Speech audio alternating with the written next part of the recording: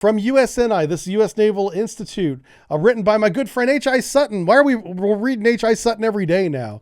This man is prolific and he writes amazing stuff. Huge changes coming to the Royal Marines out of the UK. They're completely changing that armed service. And I'll just read from the piece. Here it is. H.I. Sutton writes, Britain's Ministry of Defense has issued a pre-procurement notice for a unique type of vessel to help the Royal Marine Commandos.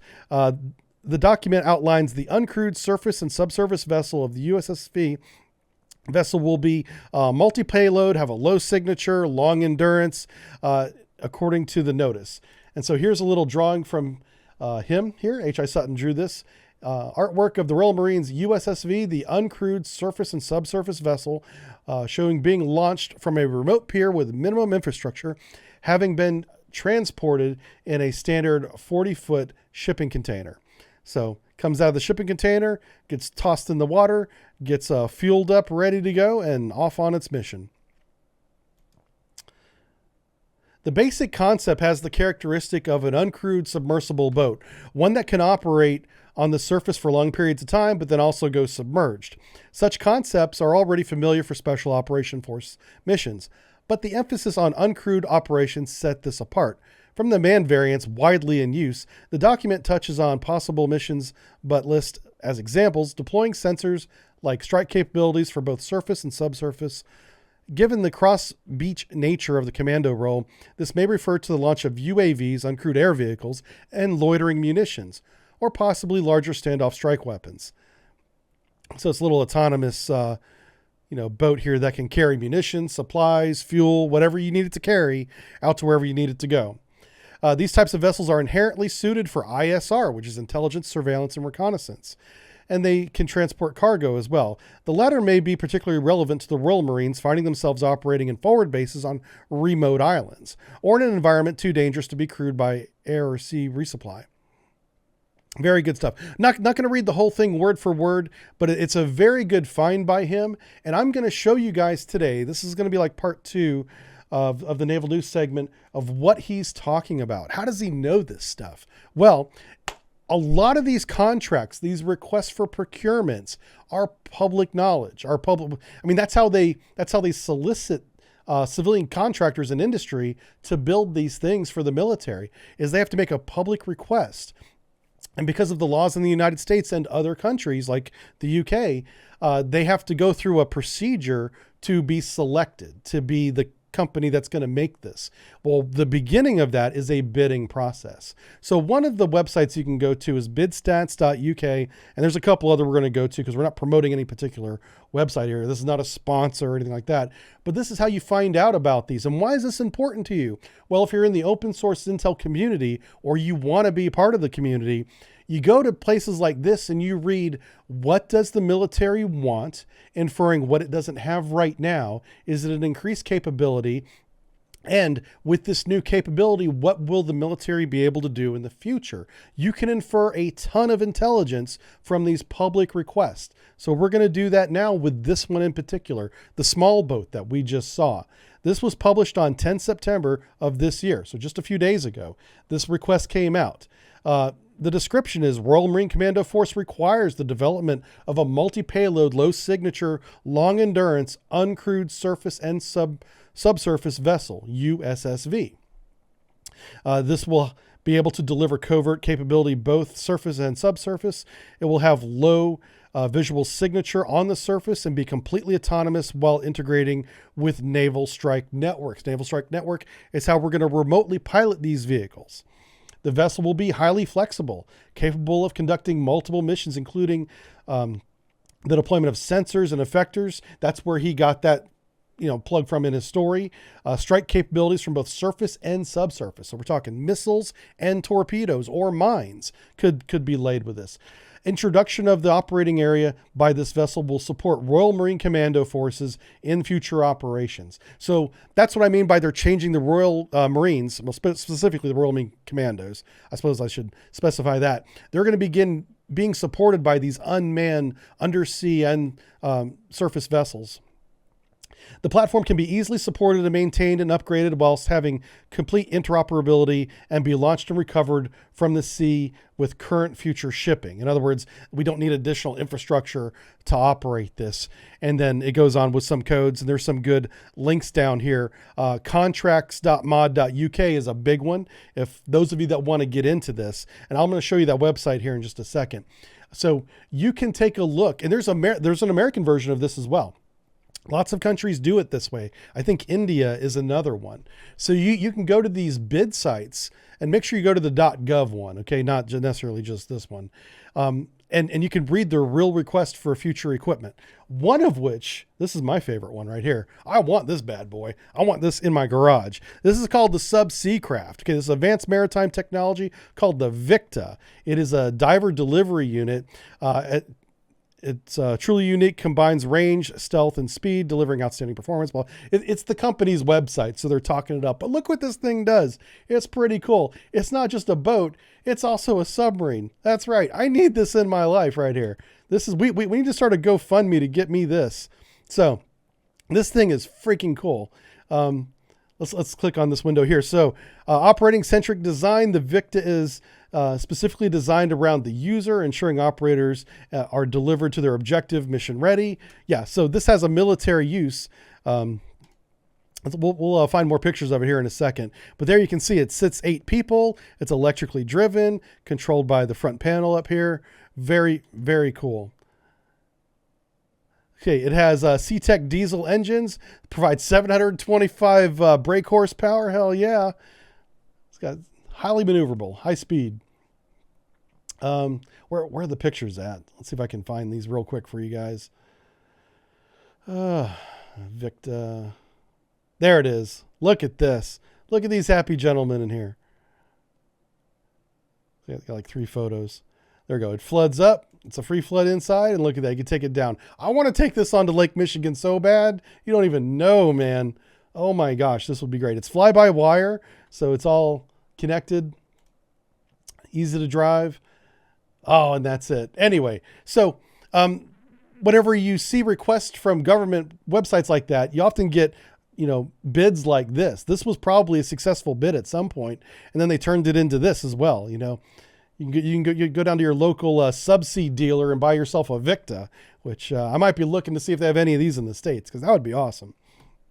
All right. So I said, make sure you go to the Ministry of Defense website. For the UK, it's contracts.mod.uk. You log into here, and you have to create an account. That's okay. And then you get the list of all these contracts. If you want to be in the open source Intel community, this is just another way of adding open source Intel to the big database we have, and these are all contracts. So I'm just going to pick one. It says I can't stream that. What? Oh, they locked me out. Son of a bitch. They know. They're on to me, boys. Damn it. Okay, so I can't open one for you. I had one opened. I should have left it open. Oh, that's too bad. Can I refresh this? Let me take it off screen and see if I can refresh this. Oh no, they've revoked my access. You son of a bitch. Oh, I'm not having that. Nope.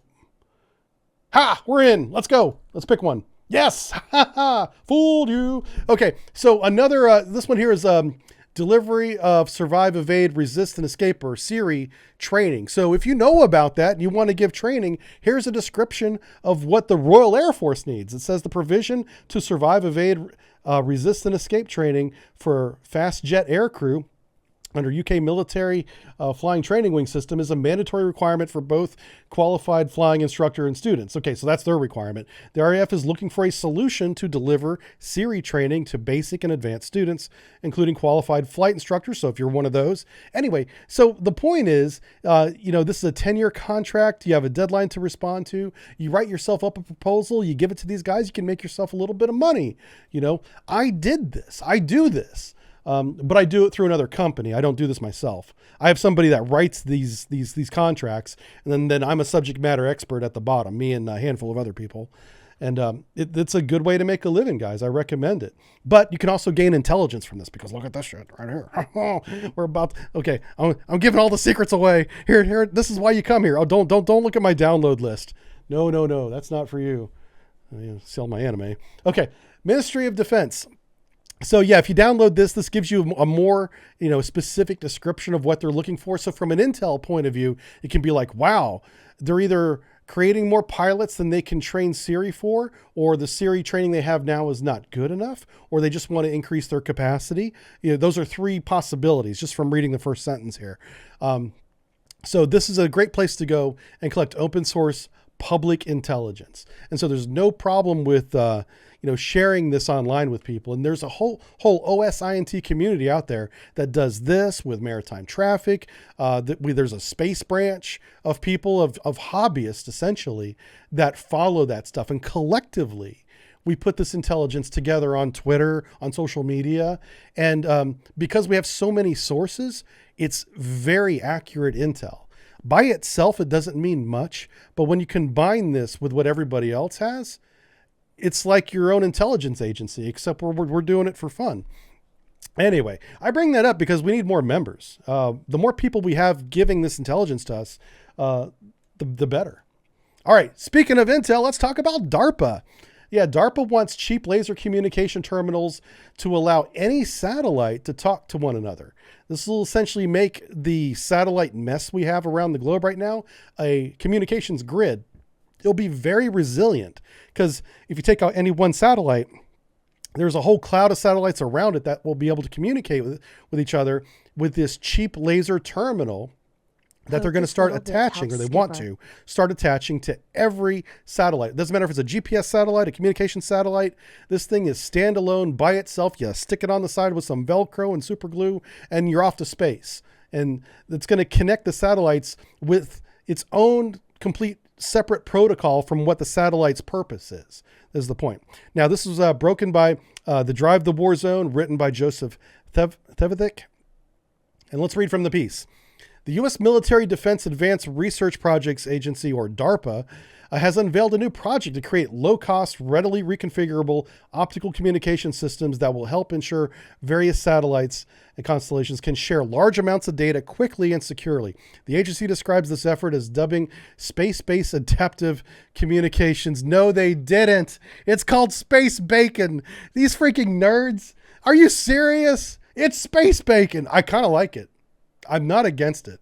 But come on, man. We're trying to be serious here.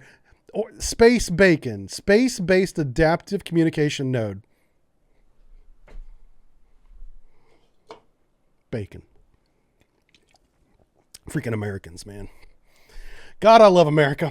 Okay, DARPA revealed Space Bacon acronym, pronounced bacon, in a press release September 13th, 2021. Despite the acronym, there is no indication the project will be related to the U.S. Air Force's more down-to-earth E-11 Alpha Battlefield Airborne Communications node called Bacon as well. We already had a Bacon. I didn't even know about the E-11 Bacon. And now we got E-11 Bacon and we got Space Bacon. This is like a South Park episode. Who is running the Pentagon? It's a bunch of clowns, man. It's a bunch of clowns. And I'm on board with it. I'm not against it. Today we are witnessing the birth of a new domain called Bacon. No, Greg Cooperman says Space Bacon manager within. Someone check this man's LinkedIn profile because he had better have that as his title. He's the Space Bacon program manager for DARPA's Strategic Technology Office. Explained in a video presentation seen above. We're not going to watch the whole thing. You guys can watch this on the Drive/the WarZone.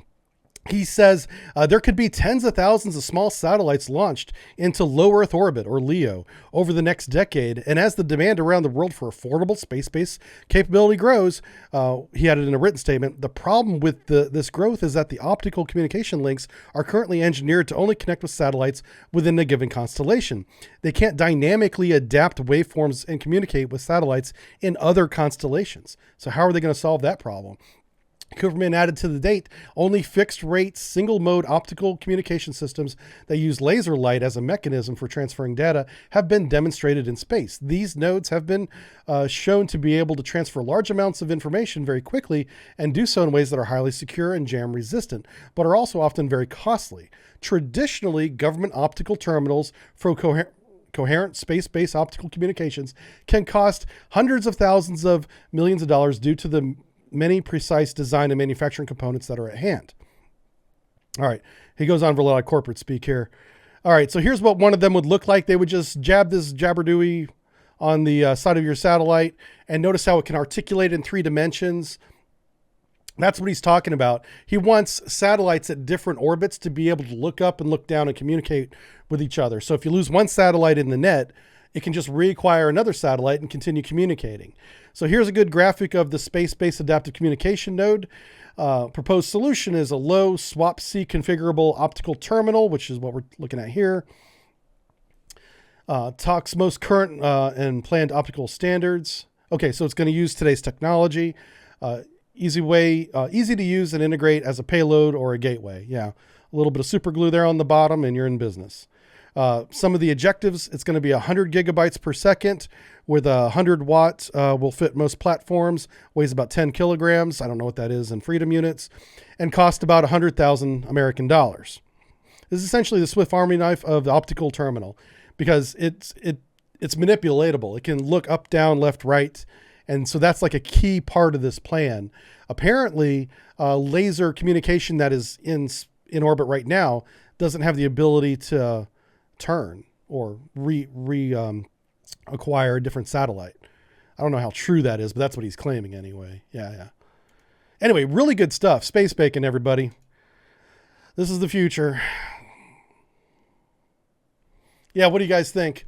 Skynet next from Terminator? Yeah.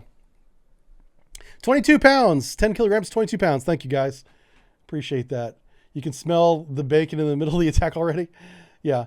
All right. Schnitt says, in a shooting war between the U.S. and the PRC, space won't be bacon, it'll be cereals.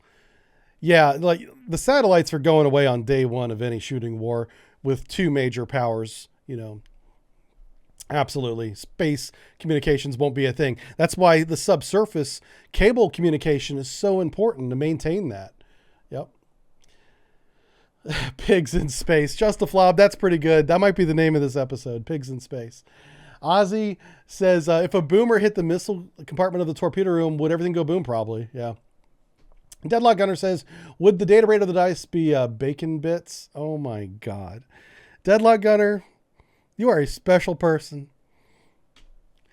Okay. Vanguard says it screams like the Kaiser syndrome. Oh, Kelser syndrome. Yeah, because of the collisions and stuff. Yeah. Hopefully that doesn't happen. MD says the moving the network into space since the internet played out like they planned. Oh, I don't know. You can have space eggs with over easy with some space bacon. Yeah. Space smells like burnt steak. I heard an astronaut say that. Yeah. Over at Cape Canaveral, you could pay a couple extra dollars and have breakfast, or it was like a brunch. And up on the stage or a little riser, they would have 1 or 2 astronauts, and they had a Q&A while you ate your meal. And one of the things that was asked is, what does space smell like? And they said, cooking meat or burnt steak. They might've said that. Yeah. But that's apparently what it smells like, which is really strange. You wouldn't think space would have a smell because it's a void, right? But I guess it's not a perfect void. And how do they even know? Do they raise their visor and take a sniff? I'm not sure how they even know that, but that's what they said. Yeah. All right. Do we have any more stories? You guys kind of threw my naval news off with that breaking news